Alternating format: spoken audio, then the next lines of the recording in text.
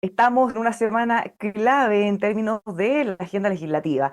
¿Qué va a ocurrir con la reforma de pensiones? Se están acelerando el tranco justamente en el Senado para que pueda pasar lo más rápido posible a la Cámara. Van a poder sesionar. Vamos a estar conversando de eso junto al diputado del PPD, Raúl Soto. ¿Cómo está, diputado? Bienvenido, muy buenos días. Hola Bárbara, muy buenos días, ¿cómo estás? Muy bien y muy ansioso también por saber qué va a ocurrir, cómo ve usted la tramitación de la reforma de pensiones y si eventualmente van a alcanzar a sacarla en enero como quiere tanto el gobierno. Yo creo que sin duda los jubilados de Chile han esperado tantos años por esta reforma de pensiones que yo espero que seamos capaces de despacharla con sentido de urgencia, ¿no? Más allá de las diferencias y de las polémicas, acá hay un cierto consenso entre algunos sectores políticos de oposición con el gobierno.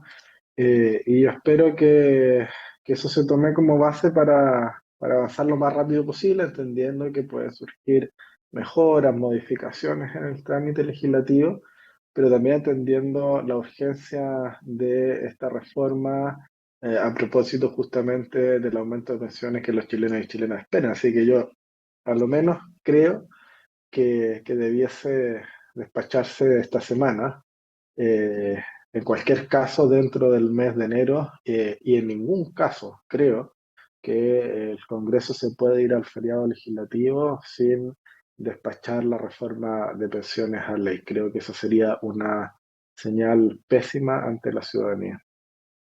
Está el debate respecto a técnicamente cómo se puede hacer, porque la forma para poder extender el periodo antes de salir al receso es que haya una unanimidad en la Cámara de Diputados, cosa que el Partido Republicano ha dicho hasta el cansancio que no va a dar. Se ha hablado de una posibilidad constitucional que tiene el presidente para que puedan sesionar incluso el fin de semana, pero eso sería como una medida súper extrema. ¿Cómo lo ven ustedes? ¿Qué es lo que se está discutiendo en la Cámara? Y bueno, yo lamento que los republicanos sean los únicos que se pongan a sesionar en semana distrital para sacar la reforma de pensiones, independiente de la posición que ellos tengan, que sabemos es contraria a esta iniciativa. No se pueden oponer a trabajar, no se pueden oponer a legislar, no se pueden ir de vacaciones sin que el Congreso se pronuncie respecto de esta materia, ¿no? Sería impresentable que los diputados de republicanos se fueran de vacaciones sin dar la oportunidad a los chilenos y chilenas de que cada sector político se exprese democráticamente respecto de esta propuesta, porque el resultado de eso es que los jubilados de Chile siguen esperando mientras los políticos, ¿verdad?, se dan gustitos como estos, que no son más que gustos ideológicos. Y yo creo que acá la política ideológica hay que dejarla a un lado, la guerra de consignas también, y hay que avanzar con pragmatismo pensando en lo mejor para los chilenos. ¿Cuánto se sube la pensión? ¿A cuánto les va a llegar esta reforma? Yo creo que esas son las preguntas fundamentales, más allá de las fórmulas concretas a las cuales se ha arribado para tratar de viabilizar esto. Por lo tanto, yo llamo a los republicanos a reflexionar, a que den el acuerdo para sesionar. De lo contrario, por supuesto que vamos a estar disponibles a sesionar de todas formas en caso que el presidente de la República use su facultad constitucional para llamar al Congreso Nacional. Sería un mal precedente, creo yo, ¿no? Que el Congreso, pudiendo sesionar de mutuo propio, tenga que ser convocado por el presidente de la República para un tema tan sensible y relevante como este.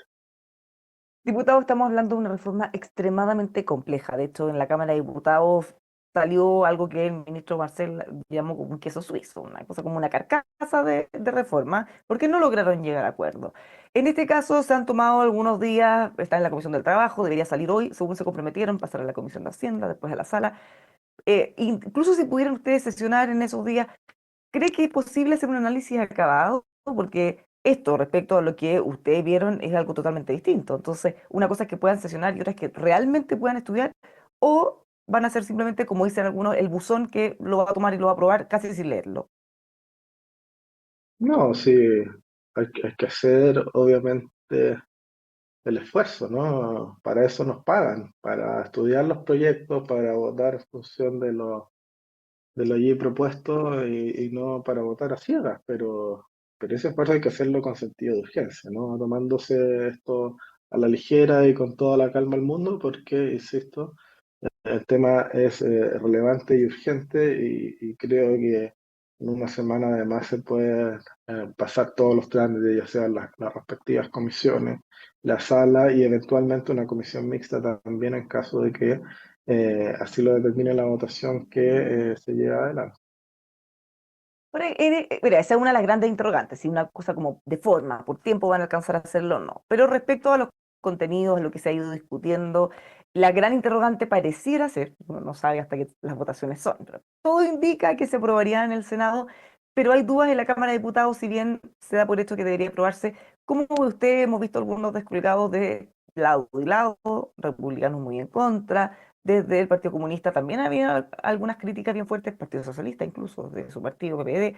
¿Cómo lo ve? ¿Qué es lo que se habla en la Cámara de Diputados? ¿Están todos los votos asegurados?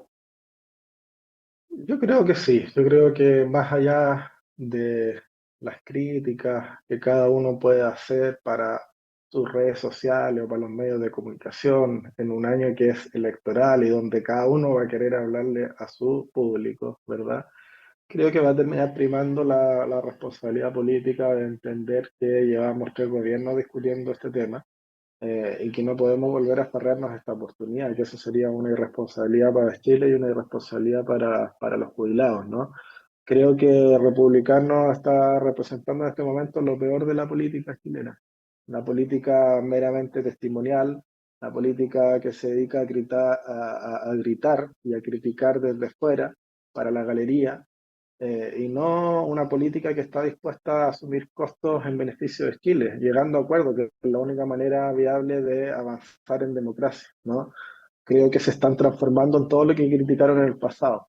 Los republicanos son el nuevo Frente Amplio de la derecha chilena, que critica desde afuera, que avanza desde la batalla cultural e ideológica, pero que es hoy día, creo, una fuerza política que no entrega gobernabilidad a Chile y que no es capaz de proponer, de construir ni de alcanzar acuerdo en absolutamente nada. Y yo los llamo desde esa perspectiva a la reflexión, porque el día de mañana, si es que les toca gobernar alguna vez, lo dudo, pero si les tocara gobernar, creo que se darían cuenta efectivamente de que las cosas son muy distintas a como las están viendo y planteando el día de hoy. Acá hay una mejora sustantiva en las pensiones de los chilenos y chilenas. Esta reforma llega a 2.800.000 personas en distintos grados, en distintos alcances, equipara las pensiones de las mujeres respecto de los hombres por igual cantidad de años cotizados, mantiene y aumenta la capitalización individual y la complementa con un seguro social con herramientas y fórmulas distintas, creativas, creo yo, que podrán gustarle a algunos y a otros no, pero que sin duda alguna contribuye al objetivo. Yo creo que eso es lo que hay que resaltar hoy día. El sistema que vamos a tener en Chile a partir de esta reforma es un sistema de pensiones mixto, como existe en la gran cantidad de países desarrollados del mundo que más o menos hacen las cosas bien en materia de pensiones. Un sistema mixto, este no es un sistema 100% de reparto, tampoco es un sistema 100% de capitalización individual, va a recoger lo mejor de ambos mundos, los va a mezclar de manera tal de que se mejoren las pensiones, no solamente de los futuros pensionados, sino que también impactar en las pensiones de los actuales jubilados que están sin duda esperando mucho esto. Diputado, ¿cómo ve usted los temas que ha levantado algún grado de discusión, como el préstamo, por ejemplo, la sostenibilidad fiscal, la reforma, si es responsable o no? Algunos han planteado que no van a hacer nada o no van a votar antes de tener el informe del Consejo Fiscal Autónomo. ¿Cómo ve usted esas dimensiones? Sin duda que hay que abordar la sostenibilidad fiscal, hay que revisar en detalle esos informes financieros, hay que estudiarlos y hay que garantizar esa sostenibilidad, ¿no? Yo creo que es necesario que esta reforma de pensiones pueda ir acompañada de un paquete de medidas y proyectos pro crecimiento que favorezcan la inversión, la generación de empleo, el crecimiento económico, ¿verdad? Medidas de apoyo a las micro y pequeñas empresas especialmente, de manera tal de que Eso sumado a la gradualidad que tiene este proyecto, ¿verdad? Que son 9 años, son 6,7 puntos que se va a aumentar la cotización en una gradualidad de 9 años, y por lo tanto eso ayuda a mitigar el efecto en el mercado de trabajo, en el desarrollo y el crecimiento económico del país, especialmente respecto de las pymes, pero aún así creo que esto debe ir acompañado de un reimpulso desde la perspectiva económica de las micro, de las pequeñas empresas y también, por supuesto, de las grandes, de manera tal de que se genere más empleo, que se dé más certeza y más incentivo a la inversión. Creo que es un paso que va a venir eventualmente porque este acuerdo entre la centro derecha y el oficialismo a través del el gobierno, creo que va a pavimentar y facilitar el camino para que eso también sea posible, y espero que veamos algo pronto respecto de ello. Ahora, es un debate que está todavía en veremos. Vamos a esperar. Hay una comisión, de hecho, la Comisión de Hacienda debería hacerse cargo de eso, ¿cree usted? Porque el Consejo Fiscal Autónomo afirmó que una vez se le entregara la información se iban a demorar un par de semanas, pero si fuera así, quedaría fuera de la discusión ese informe. Y bueno, yo espero que se alcance a evaluar aquello también. Desconozco por qué no se hizo antes en la tramitación en el Senado, ¿no? Existiendo el acuerdo allá, debió probablemente en esa oportunidad también haberse hecho un esfuerzo para que estuvieran esos antecedentes, pero vamos a hacer todo lo posible para que eso también pueda estar sobre la mesa a la hora de tomar decisiones. Diputado, en términos políticos, ¿qué le parecen las reacciones que han habido hasta ahora? Muchas críticas o divisiones. No en Chile, o sea, en Chile vamos un poco en parte, pero en la oposición más bien. Pero las declaraciones del ministro Marcel, de la ministra Jara en las últimas horas, ellos han afirmado que se abre definitivamente la puerta para sacar la AFP, que ellos hubieran querido hacerlo ahora, pero lo van a presentar, de hecho, en marzo, un inversor público para seguir profundizando en lo que ellos querían. El gobierno dice, a través del ministro Lizalde, que ellos son transparentes y dicen lo que quieren, pero desde la derecha es más complejo porque en realidad cuando se le dice, mira, aquí abrimos la puerta, se incorpora una parte de reparto, lo dicen muchas personas de la izquierda, entonces políticamente se gana o no, cuántos se rompieron de las convicciones. ¿Cómo ve ese debate y la forma como está actuando la ministra Jara y el ministro Marcel? Me parece que la ministra Jara y el ministro Marcel han llevado adelante de manera muy correcta esta negociación y este debate. O sea, el resultado habla por sí solo. Hay que esperar la votación final en la Cámara, por cierto, pero hasta ahora todo indica que va bien encaminado. Se logró un acuerdo, se pasó la primera valla al Senado y ahora estamos a puertas de pasar la segunda en la Cámara o la tercera y final ya, ¿verdad? Porque la primera ya había pasado en la Cámara. Y yo creo que la vamos a sortear, más allá de las legítimas dudas y diferencias que puedan existir. El peor escenario, creo yo, Bárbara, eh, es no tener reforma. El peor escenario es no tener aumento de la pensión. El peor escenario es que todo siga igual. El peor escenario es que los jubilados sigan esperando y se sigan muriendo de hambre y con bajas pensiones. El peor escenario es que el mismo sistema de AFP deslegitimado continúe tal cual.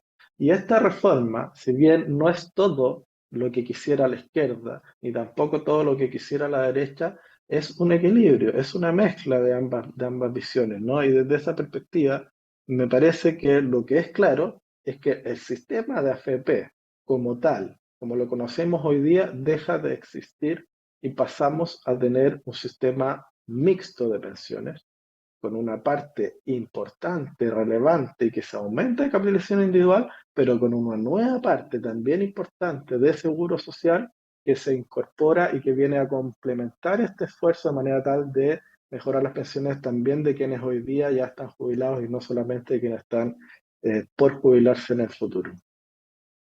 Le preguntaba, diputado, eso porque la posible estatización del sistema o una injerencia muy fuerte del Estado en las pensiones es una cosa que atemoriza a parte importante de la oposición. Entonces, cuando el gobierno es tan insistente, se va a crear este ente público, se crea algún fondo autónomo en el que va a participar, va a tener hartas atribuciones, va a ingresar el IPS, ahora dicen que van a ingresar el inversor público. Básicamente le están metiendo Estado por todos lados. Que lo digan tan abiertamente no puede ser contraproducente para que para la derecha sea más digerible aprobarla. No veo de dónde surgen esos temores, Bárbara, sino de la desinformación, de la fake news. Eh, Pero de experiencias de otros no- países. o sea, yo no he escuchado a nadie hablar de un sistema total de reparto o estatización absoluta del sistema de pensiones. Lo que estamos viendo es algo muy distinto, un sistema mixto, donde la gran mayoría, 2/3 de la cotización, va a ir a capitalización individual y una parte nueva, minoritaria, va a ir a un seguro social, que no es 100% como nos quisiera, sino que a través de una fórmula más bien creativa que se incorporó, ¿no? Que es esta especie de préstamo. Entonces, si usted me dice, si esto abre la puerta que el día de mañana se estatice, bueno, yo no veo eso posible, salvo que Matei o Kass quieran estatizar las pensiones. Al menos en nuestro sector no he escuchado a nadie. Y créame que al menos desde la centroizquierda eso no lo vamos a permitir. Por lo tanto, yo creo que este es un paso razonable.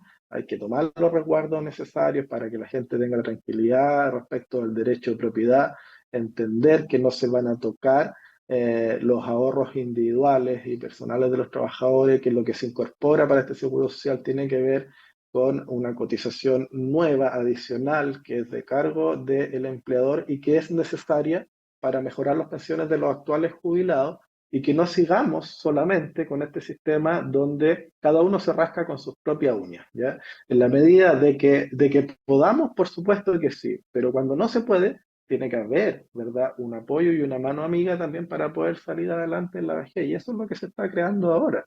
La solidaridad tiene mucho de humanidad también, ¿no? Y yo creo que esta sociedad tiene que de alguna forma también ser un poco más humana y un poquito menos individualista. Diputado, a propósito de esto, obviamente que es una discusión que se puede presidencializar. En este caso, no hay todavía muchos candidatos ya como firmes, a diferencia de Chile Vamos, que tiene a Evelyn Matei. ¿Qué pasa en su sector? ¿Que le preocupa la ausencia de candidatos o candidatos como obvios, en el fondo, que marquen realmente ya las encuestas en el oficialismo? La verdad que no me preocupa para nada, Bárbara. Al contrario, creo que si miramos la experiencia más cercana, el actual presidente Gabriel Boric apareció en los últimos 100 metros planos de la carrera presidencial anterior. Nadie lo tenía en el radar, nadie lo tenía en la órbita presidencial, ni siquiera aparecía en las encuestas, ¿verdad? Fue una absoluta sorpresa de último momento y terminó ganando y siendo presidente, ¿no? Por lo tanto, yo no creo que hay que guiarse por la ansiedad presidencial. Yo creo que hay que abandonarla, yo creo que hay que avanzar tranquilo, hacer las cosas lo mejor posible y cuando llegue el momento determinado de que surjan o aparezcan los liderazgos, creo que se van a expresar por sí solos y no va a caer ninguna duda. Si eso no ha ocurrido, por algo será, ¿no? Yo, por el contrario, no creo que necesariamente la oposición tenga ventaja hoy día por tener cartas presidenciales claras. Por un lado, José Antonio Kast y por el otro lado, Evelyn Matei. Incluso creo que eso puede ser una desventaja porque los puede llevar a cometer errores, porque los puede llevar a un desgaste en el transcurso de los meses y del año y eso incluso puede terminar jugándola en contra. Entonces yo no veo que haya que apurarse en estas definiciones, yo creo que hay que tomárselo con calma, que los liderazgos se vayan posicionando y se vayan expresando por sí solos y cuando sea el momento de tomar decisiones veremos cuáles son las mejores opciones y por qué camino podemos optar. ¿Le parece que es importante que se hagan primarias? Eso hace más complejo porque tendría que surgir no un liderazgo, sino varios, al menos más de dos. Yo creo que siempre es bueno que eh, los liderazgos se consoliden de manera democrática y no de manera impuesta. Y eso, sin duda, que hace que lo óptimo siempre sea la posibilidad de tener primarias, ¿no? Creo que en cualquier caso, si hay un candidato muy posicionado, como es el caso de la oposición o candidata, ¿verdad? Debiese reafirmar ese liderazgo expresado en las encuestas en una votación democrática y debiese concurrir de todas formas a una primaria, ¿no? De lo contrario, la señal sería nefasta, creo yo, que al final las candidaturas se decían por las empresas que están detrás de las encuestadoras más influyentes del país y no por parte de la ciudadanía. Y yo espero que en el oficialismo pase lo mismo, que se que florezcan todas las flores, que se expresen los liderazgos con más experiencia, que puedan estar disponibles, que surjan nuevos liderazgos jóvenes también en la centroizquierda muy relevantes y a partir de esa mixtura se pueda generar una primaria que sea competitiva y que nos lleve a enfrentar las próximas elecciones, ojalá en condiciones de unidad.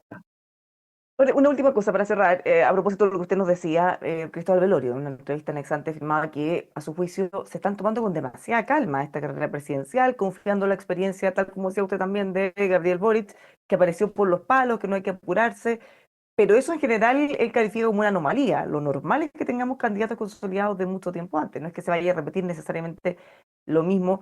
Además, no tenemos el contexto que teníamos en ese momento, que lo empujaba, el estallido social, y, bueno, todo ese contexto. Yo diría que en los tiempos que vivimos, Bárbara, la regla general en la política y en las sociedades son las anomalías, ¿no? Y probablemente lo que antes era normal o regla general ha pasado a ser la excepción. El escenario es muy volátil, es muy líquido, es muy cambiante y por lo tanto creo que es muy difícil obtener liderazgo mucho tiempo sin desgaste, sin errores. Yo creo que los tiempos políticos han cambiado. Yo creo que hoy día no hay que tener ansiedad, creo que hay que tomárselo con calma. Eh, Cuando los liderazgos surjan, va a ser de manera espontánea, de manera natural, y no va a caber ninguna duda respecto de esas personas. Hay que esperar ese momento. Diputado, muchísimas gracias por conversar con nosotros, que tenga una muy buena semana. Muchas gracias, Bárbara. Que esté bien. Igualmente, los dejamos invitados a que sigan con nosotros aquí en emol.com.